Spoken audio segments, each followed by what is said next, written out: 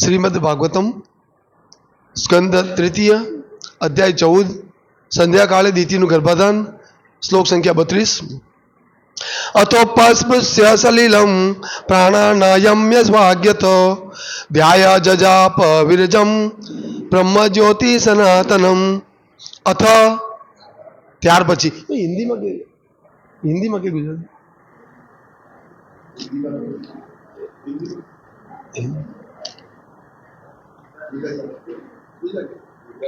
ચાલશે અથ ત્યાર પછી ઉપસ્પૃશ્ય પાણીનો સ્પર્શ અથવા સ્નાન કરી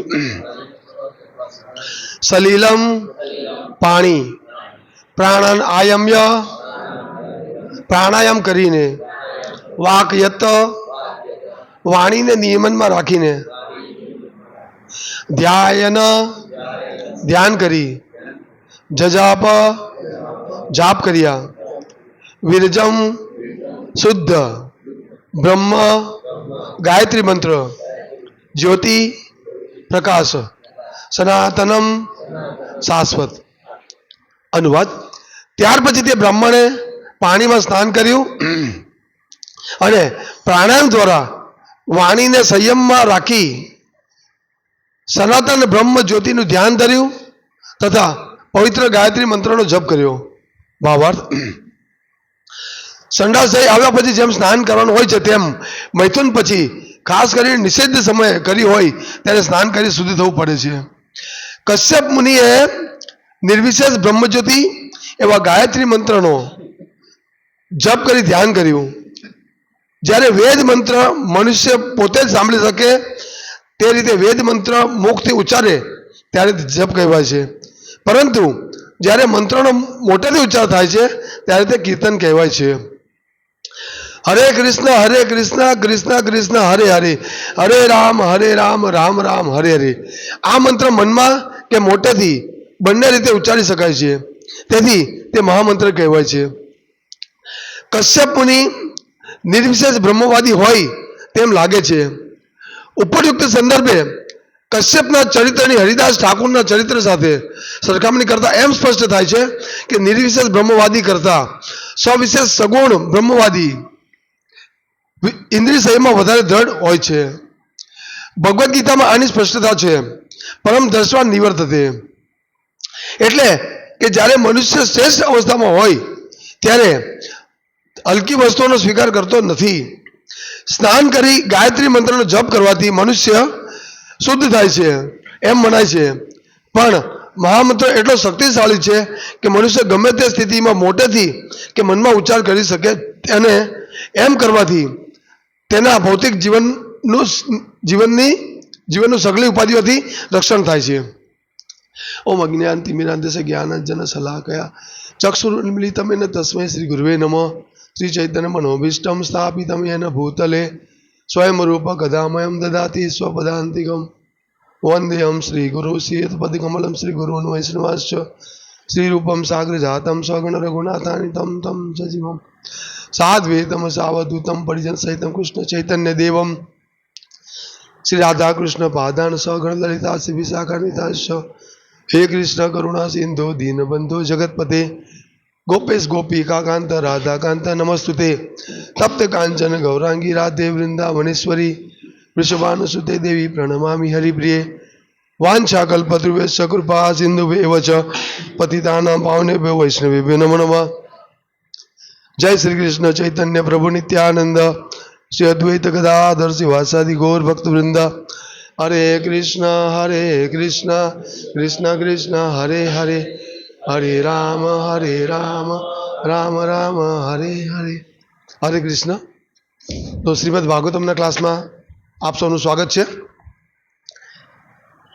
ગઈકાલના શ્લોકમાં આપણે જોયું કે પત્નીનો આશય જાણીને તેમણે નિષિદ્ધ એવું કર્મ કરવું પડ્યું અને એ રીતે પૂજ્ય દેવને નિમિત્ત નમીને તેમણે પત્ની સાથે એકાંત સ્થળે શયન કર્યું.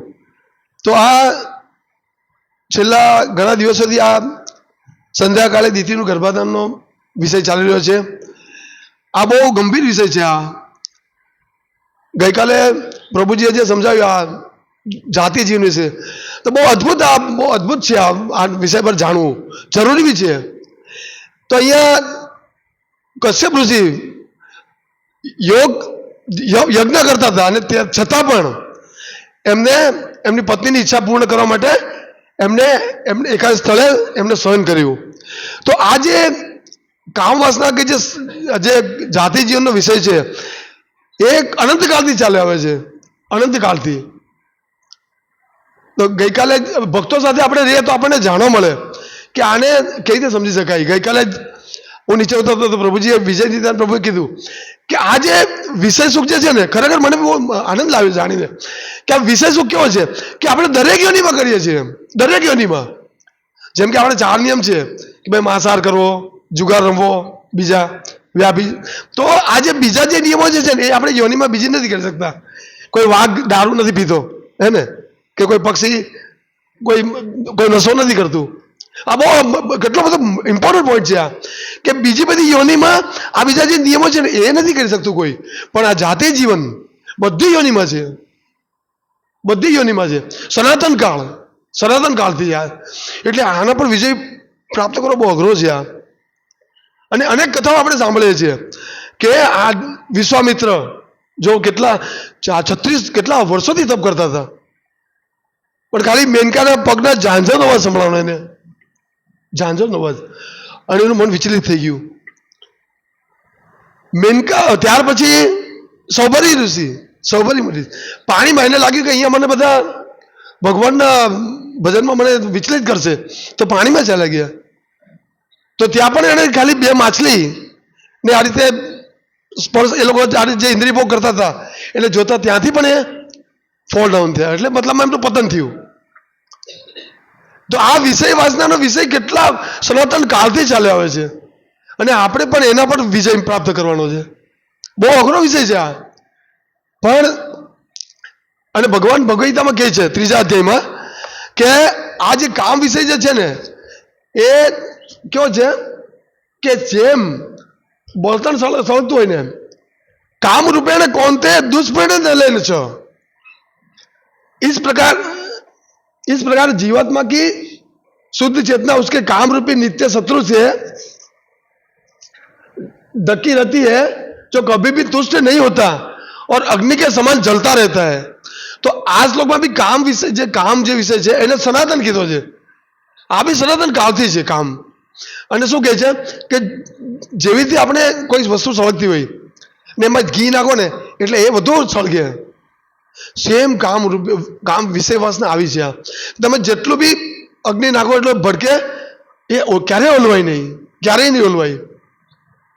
તો જેમ દાદરની ખંજવાળ આવે ને, આ કામ વિષય શું આવું છે, દાદરની ખંજવાળ જેવું કે કોઈ બી ખંજવાળ. પણ દાદરની ખંજવાળ બહુ ખરાબ ખંજવાળ હોય કે આપણે કોઈ ખંજવાળીએ ને તો આપણને બહુ સારું લાગે. આપણે કે કોઈ ખંજવાળા જ કરે તો સારું, ખંજવાળા એટલે બહુ મીઠી ખાજ આવે. પણ જેટલો તમે વધારે ખંજવાળશો ને તે દાદર તમારી ક્યારેય મટશે નહીં.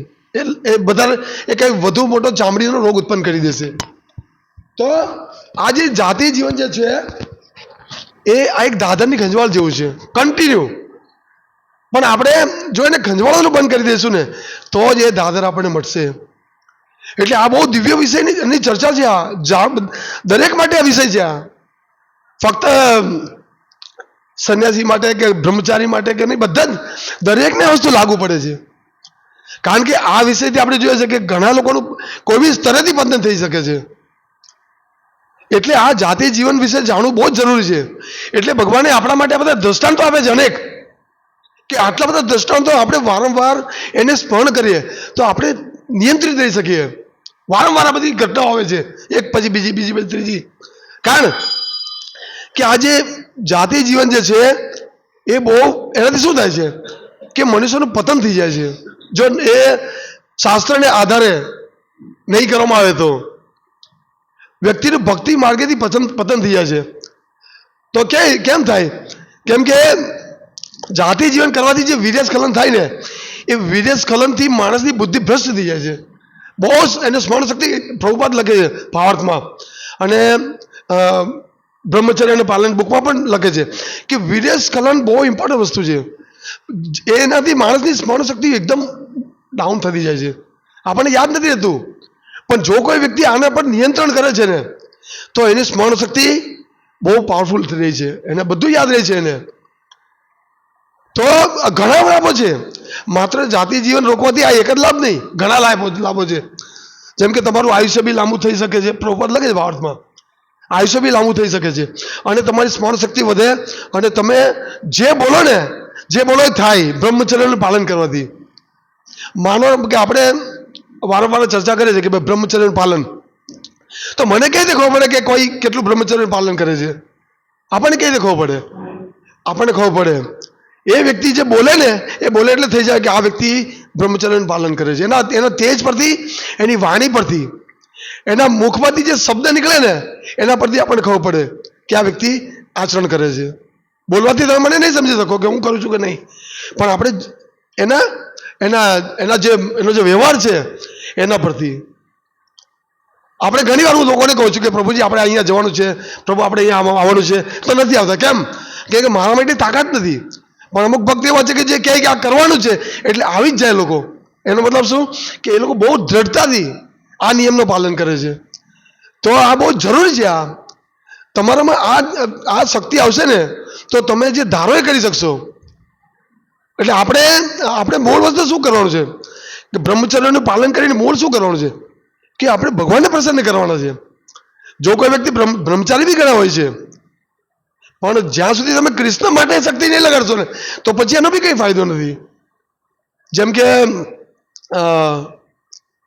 ભક્તિ સિદ્ધાંત સરસ્વતી મહારાજ જ્યારે એમનું પાર્થિવ, એમનું જે શરીર જે છે એમનું કંઈક જ્યારે વિષય હતો ત્યારે ચર્ચા ચાલતી હતી કે એમના બોડીને કોણ ટચ કરશે. તો ત્યારે કીધું કે જેને ક્યારેય પણ બહુ ડિટેલમાં છે એમાં કે જેનું ક્યારેય પણ વીર્યનું સ્ખલન નહીં થયું ને એ આવે એમને શરીરને હાથ લગાવે, તો પછી નથી કોઈ આવી શકતું આગળ. બ્રહ્મચારી બી હતા ત્યાં. એટલે આ બહુ ઊંડો વિષય છે આ. તો બ્રહ્મચર્યનું પાલન કરીને પણ આપણે શું કરવાનું છે? કૃષ્ણ માટેની સેવામાં લગાડવાની છે. એટલે આપણે બ્રહ્મચારી બનવું સારું છે, પણ બ્રહ્મચારી બને જો કૃષ્ણ માટે આપણે દરેક વસ્તુનો ઉપયોગ આપણે કૃષ્ણની સેવામાં લગાવવાનો છે. તો આ વિષય જે છે બહુ અઘરો વિષય છે, પણ ભક્તિ દ્વારા બધી વસ્તુ પર જીત મેળવી શકાય છે. અહીંયા આજના શ્લોકમાં છે કે ત્યાર પછી તે બ્રાહ્મણે પાણીમાં સ્નાન કર્યું અને પ્રાણાયામ દ્વારા વાણીને સંયમમાં રાખી સનાતન બ્રહ્મજ્યોતિનું ધ્યાન ધર્યું તથા પવિત્ર ગાયત્રી મંત્રનો જપ કર્યો. તો જાતિ જીવન કર્યા પછી શું કહે છે કે સ્નાન કરવું જોઈએ, બરાબર. અને પ્રાણાયામ, તો પ્રાણાયામ દ્વારા વાણીને સંયમમાં રાખવાનું છે. અત્યારે આપણે જોઈએ છે કે પ્રાણાયામ ચાલે છે યોગના ક્લાસમાં. પ્રાણાયામ તો બધા શું કહે છે કે પ્રાણાયામ કરશો એટલે તમારું આયુષ્ય વધશે અને તમારા શરીરને જેટલા ફેફસાની બીમારી હશે કે જેટલી બી બીમારી હશે એ બધી સારી થઈ જશે. આ કહે છે ને પ્રાણાયામ, જે આજકાલના લોકો પ્રાણાયામ કરે છે એ શું કહે છે? આ જ કહે છે. પણ પ્રાણાયામના ઉદ્દેશ જ નથી. અહીંયા શું કહે છે કે પ્રાણાયામ દ્વારા શું વાણીનો સંયમ, મનનો સંયમ શીખવાનો છે. અત્યારના યુગમાં મનનો સંયમ જીતવો બહુ જરૂરી છે, શીખવો. કારણ કે પહેલાના સમયમાં તો એક જ રાવણ હતો, અત્યારે તો તમે જ્યાં જાઓ ને ત્યાં તમને બધું એકદમ તમારા મનને વિચલિત કરવાની વસ્તુ. જેવા તમે બહાર નીકળો એટલે દરેક સેકન્ડે તમારું મન વિચલિત થશે. એટલું ભયાનક પરિસ્થિતિ અત્યારે. એટલે જો તમે મનને સંયમમાં રાખતા નહીં શીખશો ને તો બહુ અઘરું પડશે આપણને.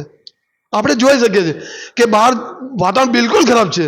જેમ પ્રભુજીએ કીધું કે આપણે બધી બાજુ બંધ કાળા ચશ્મા પહેરી લઈએ, કાળા કાચ લગાવી દઈએ, પોસિબલ નથી. પણ મનને સંયમમાં રાખતા શીખવું પડશે આપણે. કઈ રીતે? ભગવાનનું ચિંતન, ભગવાનની લીલા, ભક્તોનું સંગ દ્વારા.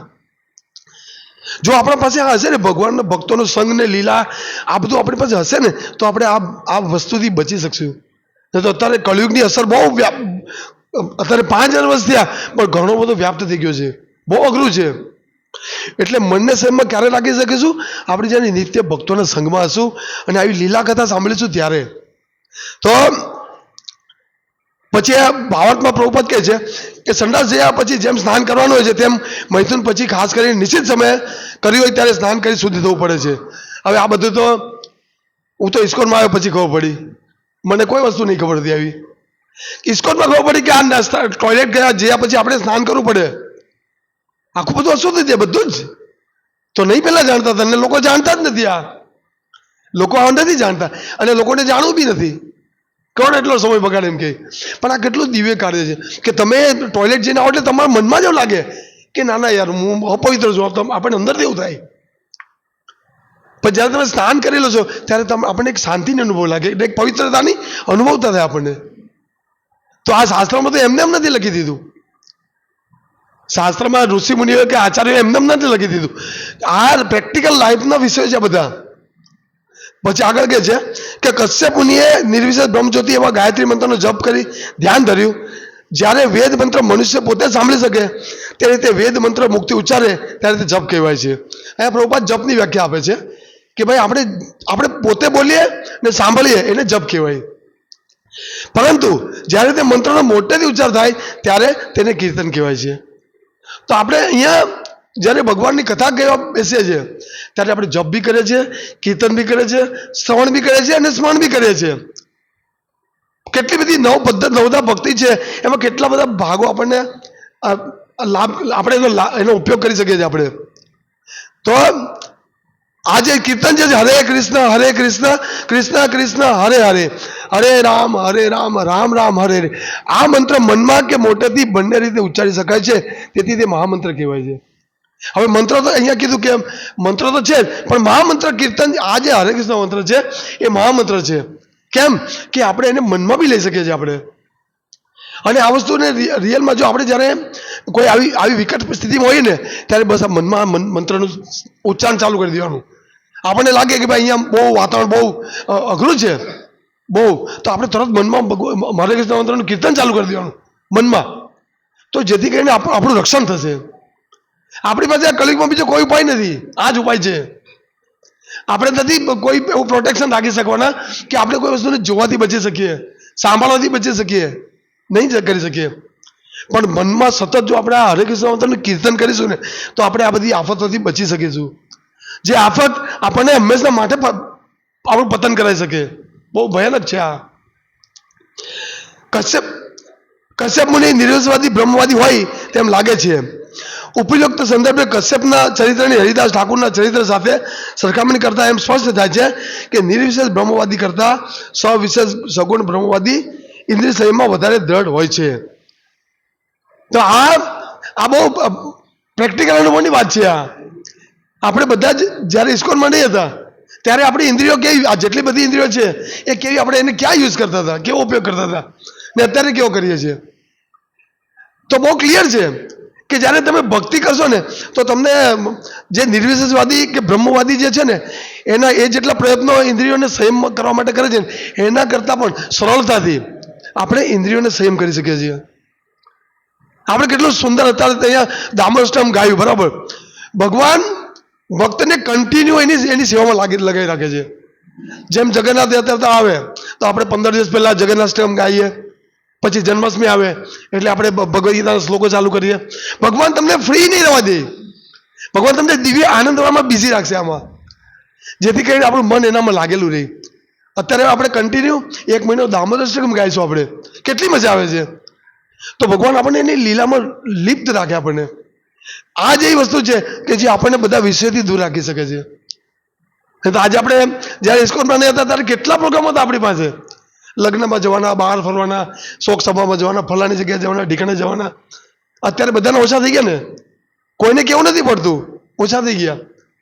કેમ કે આપણને હાયર લેવલનું આસ્વાદન મળી રહ્યું છે. અહીંયા આપણે જાતે છોડી રહ્યા છે બધું કે આપણે અહીંયા નથી જવું, એની જગ્યાએ અહીંયા જવું છે આપણે. કેમ કે આપણને પરમ દ્રષ્ટા નિવર્તતે, આપણને ઉચ્ચ આસ્વાદન મળી રહ્યું છે.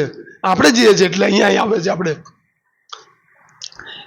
તો ભક્તિમાં આપણે સરળતાથી ઇન્દ્રિયનો સંયમ કરી શકીએ છીએ આપણે. ભગવદ્ ગીતામાં આની સ્પષ્ટતા છે. પરમ દ્રષ્ટા નિવર્તતે એટલે કે જ્યારે મનુષ્ય શ્રેષ્ઠ અવસ્થામાં હોય છે ત્યારે હલકી વસ્તુનો સ્વીકાર કરતો નથી.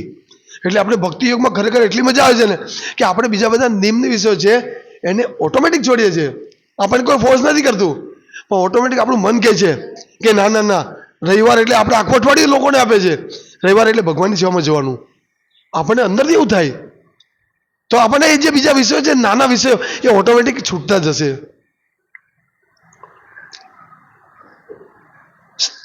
સ્નાન કરી ગાયત્રી મંત્રનો જપ કરવાથી મનુષ્ય શુદ્ધ થાય એમ મનાય છે, પણ મહામંત્ર એટલો શક્તિશાળી છે કે મનુષ્ય ગમે તે સ્થિતિમાં મોટેથી કે મનમાં ઉચ્ચાર કરી શકે, અને એમ કરવાથી તેના ભૌતિક જીવનની સઘળી ઉપાધિઓથી રક્ષણ થાય છે.